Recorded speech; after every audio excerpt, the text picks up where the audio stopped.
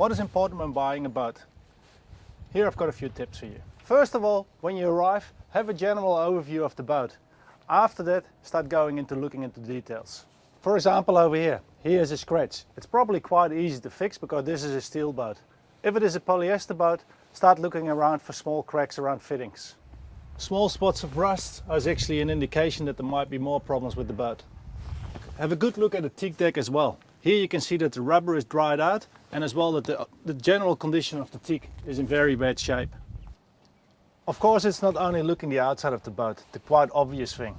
Especially if you don't use a surveyor, make sure that the boat gets lifted out of the water, because underneath the waterline there might be a lot of things being hidden. There's appearing some bubbles in the hull, which can mean that there is osmosis, and it means an expensive repair job. Another point you should check is a rudder, either on a sailing boat but as well on a motorboat. For example, on this sailing boat I should give it a good shake, and I can feel straight away that the bottom bearing has worn out.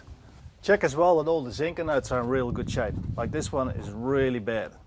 If zinc nodes are worn out like this one, it might be an indication that there's actually problems with the hull. Once you're inside of the boat, of course one of the first things you should check is just the general impression of the varnish work, if it is all in good shape.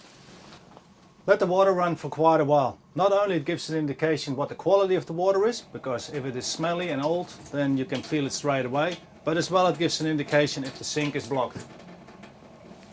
And if you really daredevil, taste the water. If there's a refrigerator on the boat, check if actually the cooling is working. And have a good look inside if there's no fungus and terrible smells inside of it. When it is a sailing boat, check as well the keel bolts if there are no leaks and no corrosion. Check as well that the bilge pumps are working. In this case, no problem. Have a good look for the engine compartment. One of the things with an engine, of course, it creates noise. Check that the insulation is really good. One of the first things, of course, when you need is when you leave the harbour is starting the engine. Go downstairs and actually hear if the engine starts immediately. Once you've started the motor, make sure there aren't any vibrations on board. Make sure that the throttle is responding accordingly what you're doing. So if you go forward, the boat is moving forward. If you go backwards, that the boat is responding to that.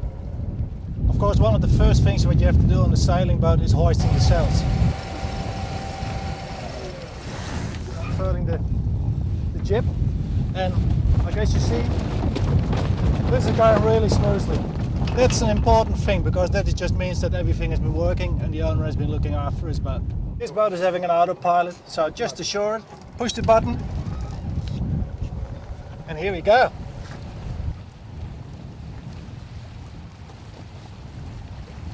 Get now a thorough look around the boat, but as well inside of the boat. Next point is the documentation of the boat.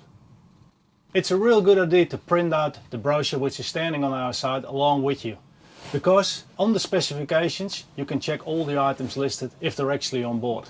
In case you were not able to bring along the specification, ask the seller of the boat if you can get as much as possible documentation. Nowadays most shipyards provide an owner's manual. Make sure as a buyer that you can just have a look through it, because the owner's manual provides a lot of details. Most likely you're buying the boat as a private person, so it's really valuable for you to know if value added tax has been paid on the boat. Ask the seller of the boat if he can prove documentation of value added tax being paid. In case the seller hasn't brought along the bill of sale or the sales contract, just ask him to fax it or send a copy by mail. But if you actually got to buy the boat, make sure you get the real copy in your hands.